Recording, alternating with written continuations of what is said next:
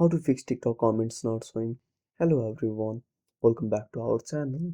So let's dive right in without wasting any time. Also make sure to watch this video till the end.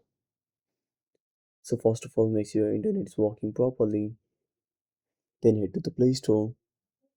Now tap on the search icon.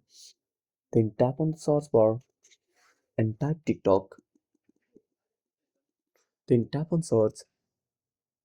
Then tap on TikTok and click on update if any update is available.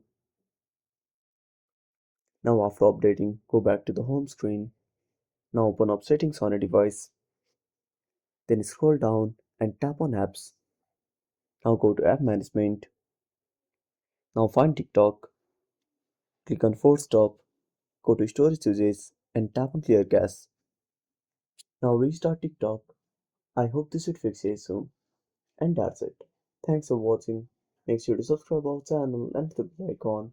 See you in the next video.